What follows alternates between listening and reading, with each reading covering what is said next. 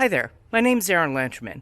I'm a professor of electrical and computer engineering at Georgia Tech, and I would like to welcome you to my talk titled 50 Years of Music Synthesis. That's 50 years plus or minus some tolerance. I first gave this talk as an introductory lecture in 2006 in what would eventually become my analog circuits for music synthesis class. I've given variations of this talk a billion times since then. I've given variations of this talk to high school students. I've given variations of this talk to junior high students. I've given variations of this talk at DragonCon. I've been giving variations of this talk for so long that when I first gave it, I called it 40 years of music synthesis instead of 50 years of music synthesis. Although I'm recording this version of this talk for my analog circuits for music synthesis class, we will be talking quite a lot about digital synthesis in this talk, just to provide context. So let's get to it. Did you know that Leslie Nielsen played a serious heroic lead? Yep, before he became known for his deadpan comedic roles, he played a Captain Kirk-type character in the film Forbidden Planet, which had a truly amazing and ahead-of-its-time soundtrack by the Barons.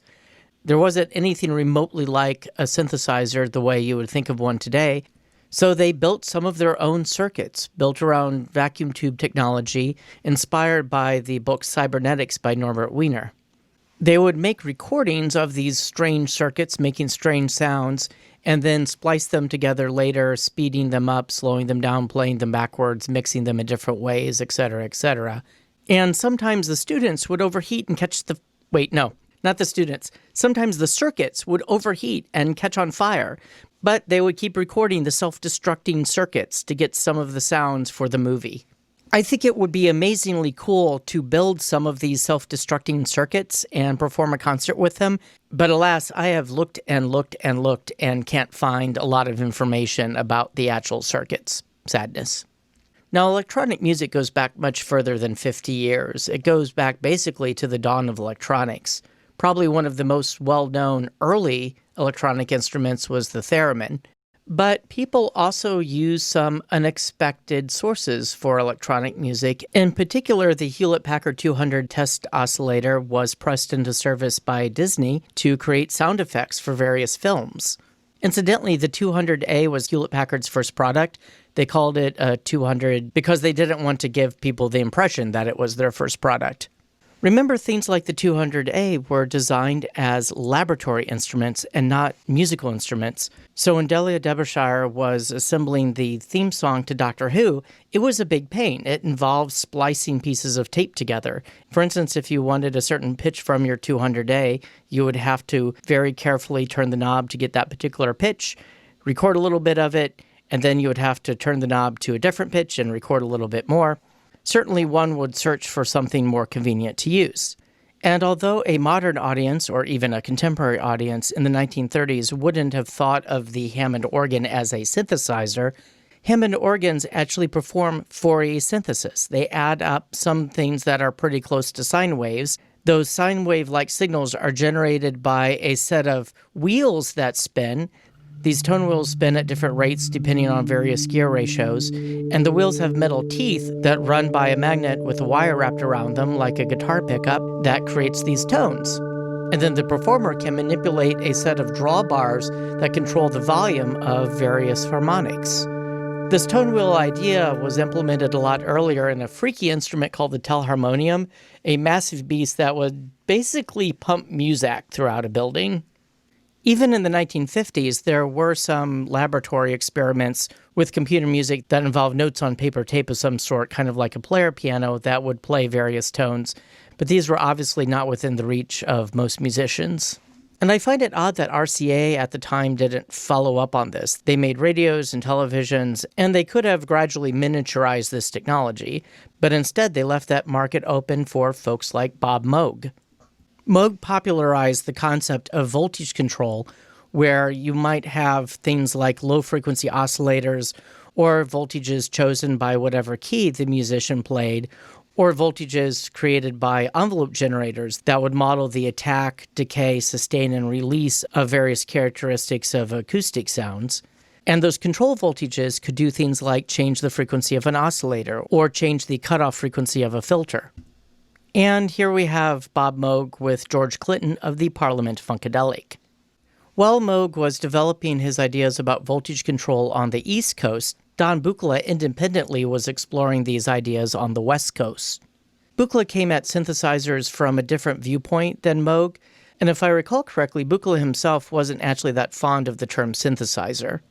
Moog had chosen a standard piano keyboard style layout for his controller, both because it was easy to implement, and it's also something of a common interface that every musician, whether they play a violin or a guitar or a flute as their primary instrument, usually they can at least muddle along on a piano keyboard. But one thing to remember is that the keyboard itself is just a particular choice of interface. The actual instrument is the thing that's generating the sounds, and you could have other interfaces to it, such as Yamaha's breath controllers. So to try to get people to think outside the box a bit, Buchla would often have some unconventional control surfaces that were often based on capacitive sensing. Buchla engaged in some of the earliest efforts to use computers to control these kinds of synthesizers. And in particular, here we have a Buchla 500, and check this out. Here you have a computer of some sort where it looks like they were using cassette tapes to save and load programs. Moog and Buchla both use patch cords to connect their modules. When I was an undergraduate at Washington University in the early 90s, I took an electronic music class from Rich O'Donnell, whose day job was being a percussionist in the St. Louis Symphony Orchestra. The electronic music lab at WashU had an ARP 2500, and I spent countless hours working with this crazy thing. Instead of using patch cords like Moog and Buchla did, there are these switching matrices where you would click these various sliders. They didn't really slide because they were discrete switches. They would go click, click, click, click, click. And you could click them up and down, and that's how you would route the output of one module to the input of another. And these switch matrices had all kinds of crazy crosstalk, which was part of the fun of playing this instrument. And incidentally, the 2500 also made an appearance in Close Encounters of the Third Kind. One day at Georgia Tech, my colleague Marshall Leach, who had taught at Georgia Tech for decades, told me about a time in the late 60s when he heard some amazing music on the radio that was unlike anything he heard before. He pulled up into his driveway and didn't get out of the car. He just sat there listening to the music, wondering what it was that he was listening to, and eventually the DJ came on and told him it was from Switched on Bach. Before Wendy Carlos adopted the Moog synthesizer, synthesizers were more or less seen as novelty devices for making strange, weird music and strange, weird effects for commercials and things like that. But now there is someone with significant orchestration skills to figure out how to master this instrument. Now, I've always played musical clips as part of this presentation, and particularly when I teach analog circuits for music synthesis, I always want to emphasize that we're going to be looking at real schematics from real synthesizers that real musicians have made hit records with. These aren't just textbook examples. And there wouldn't be any question here that this would be under educational fair use, but we're up to the whims of the YouTube content ID algorithm. So what I'm going to do is I'm going to go ahead and play these clips, and if the content ID algorithm flags them and they stick an advertisement on this video and send some of that ad revenue to the artist who made the music, that's fine. Or worst case, I'll either have to cut out the sections of the video where those songs are playing, or YouTube might automatically silence them or something or the other, in which case I would encourage you to go find these clips on your own. Anyway, this is the sort of music that my colleague Marshall Leach found so fascinating so long ago. Now, this is going to sound dated to your modern ears, but remember in 1968, nobody had heard anything like this.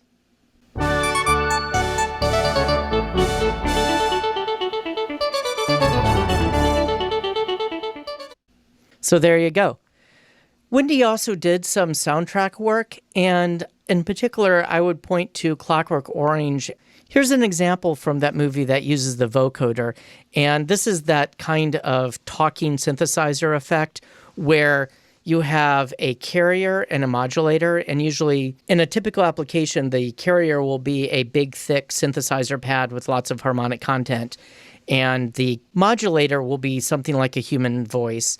And both of these would be split into different frequency bands, and the power of the signal in the modulator bands is used to control the volume of the frequency bands of the carrier signal. I would like to play one more example because in my mind, this is pretty much Wendy Carlos taking analog synthesis as far as it can go in this kind of application.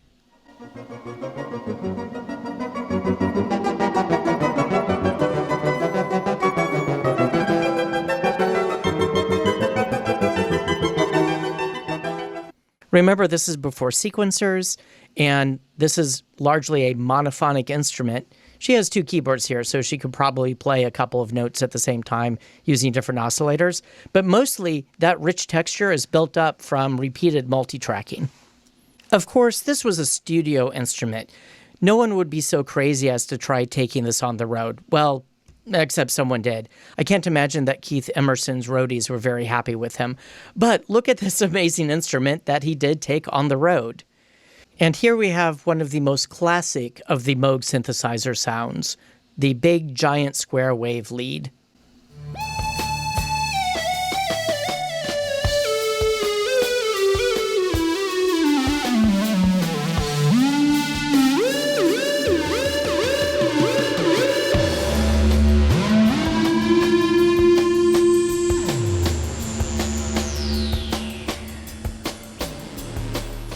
So fun fact, apparently that was basically Keith Emerson messing around, and Greg Lake happened to record it, and Greg Lake liked it and said we're going to keep it, and Emerson may or may not have been happy about that. Anyway, however it got there, it's a great sounding solo. So it may not surprise you to find out that people saw this kind of giant complicated interface and were a bit overwhelmed, and so manufacturers tried to create versions of this that were more approachable. So in the case of something like the Mini-Moog, there weren't any patch cords at all. You just had a few switches that would let you switch between the most commonly needed routings. And there are also instruments like the 2600 that allowed you to plug in patch cords, but they were normaled inside. And by normaled, I mean there was a pre-routed set of connections that corresponded to one of the most common use cases. And if you plugged in a cord, it would break that connection and let you override it if you wanted to do something fancier. This way, somebody could flip one of these on and noises would come out. Because a problem that would occasionally occur is that people would get one of their big fancy patchable synthesizers and think it was broken because they couldn't figure out how to actually get sound out of it at all. If you want to hear a Mini-Moog in action, a great place to hear that is the Heart song Magic Man. So as I've mentioned previously, these are monophonic instruments. If you wanted to build a polyphonic instrument that could play several voices at once, you would need to replicate the analog circuitry of an individual voice however many times for however many voices you wanted. And that was expensive. Yamaha came out with the GX1, and it was polyphonic. It had that replication of the voice circuitry, and it had circuitry inside of it to assign various notes that were played to the various bits of voice circuitry, but it was expensive. This is $60,000 in 1970s. That could have bought you a house in the 1970s. It was also super heavy. And I should emphasize that the GX1 is this organ-looking thing here. Pay no attention to the giant Moog modular system sitting here in the background. This is Hans Zimmer's studio, if I recall correctly. And if I recall, this GX1 was originally owned by John Paul Jones of Led Zeppelin. You can hear the GX1 all over the last Led Zeppelin album and Through the Outdoor, and it was also used quite a bit by Stevie Wonder. I think John Paul Jones then sold it to Keith Emerson as a spare GX1, because Keith Emerson already had one, and then Keith Emerson sold it to Hans Zimmer. I think it went something like that. And yes, to give his roadies even more nightmares, Emerson toured with his Yamaha GX1 in addition to his giant Moog modular. Although Emerson is by no means the only musician to stress out his road crew with heavy, expensive, rare equipment. After all, Tori Amos tours with a Bosendorfer Imperial Grand. Anyway, one thing you'll notice is it doesn't really look a whole lot different from a standard electric organ of the era. But remember, at the time, there weren't really a lot of established conventions of what a synthesizer should look. It's kind of like the situation with vintage video game systems from the 70s that, beyond being technologically more primitive, are just overall somewhat alien to a modern gamer. A modern gamer is used to a controller being a certain way and games having a certain set of conventions. And in the 70s, this idea of plugging something else into your TV that you could interact with was new and weird. And synthesizers in the 70s were new and weird. So it took a while for conventions to become established. Now, not everyone at the time had the $60,000 needed to buy a GX1, so there were other options, but they were also clunky. The Oberheim SEM synthesizer expander module was one of these things. So here's one SAM, and if you wanted a 2-voice or a 4-voice or an 8-voice, you could add some more SEMs to this giant cabinet. And then there was a bit of computer circuitry down here, but extremely primitive. No microprocessor, just basically raw logic gates, probably 74 series TTL, that would take the notes that you would play and assign them to the various modules. Now, there's no other computer parameter setting going on here. So if you wanted all of the notes you played to sound the same, you would have to change the knobs on each of these individual units to match. So changing the sound in between songs would be quite a big deal. There were other polyphonic instruments out there, things like the PolyMoog, and I would like to play for you a classic example from that.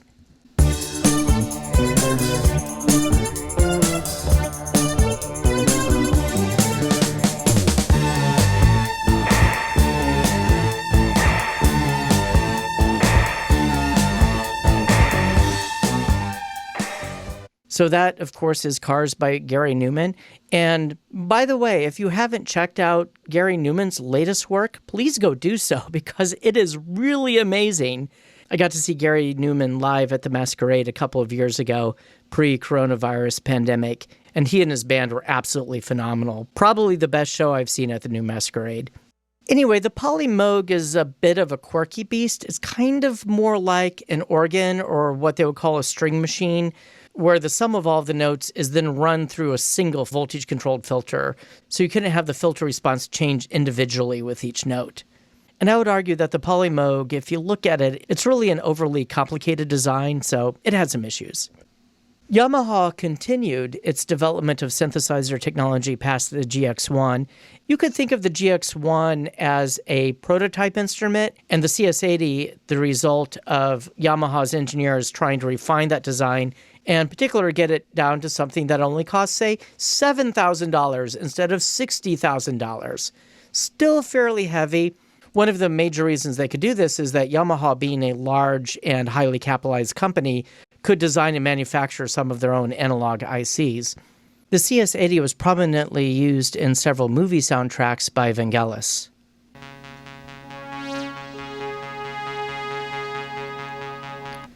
That bright, swelling brass is particularly prominent in the title theme to Blade Runner.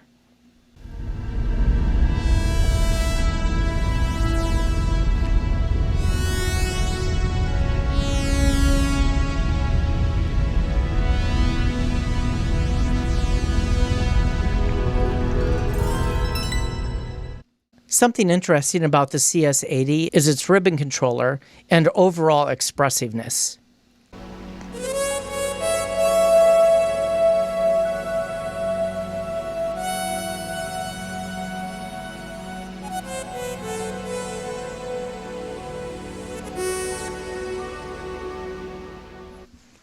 Although this instrument is polyphonic, and it does have some computer circuitry in it, some very basic logic to assign new notes being played to available analog synthesis engines, there's no computer control over patch storage.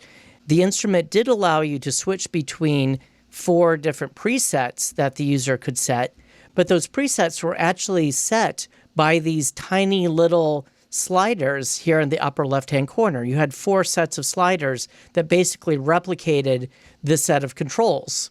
So it's still very manual. We don't get to microprocessor control that lets us save and recall sounds easily until we get to the Prophet 5.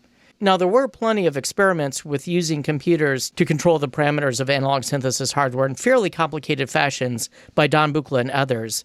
The Prophet 5 is the first instrument to be widely commercially successful at this, at least that I'm aware of. And we'll start here next time.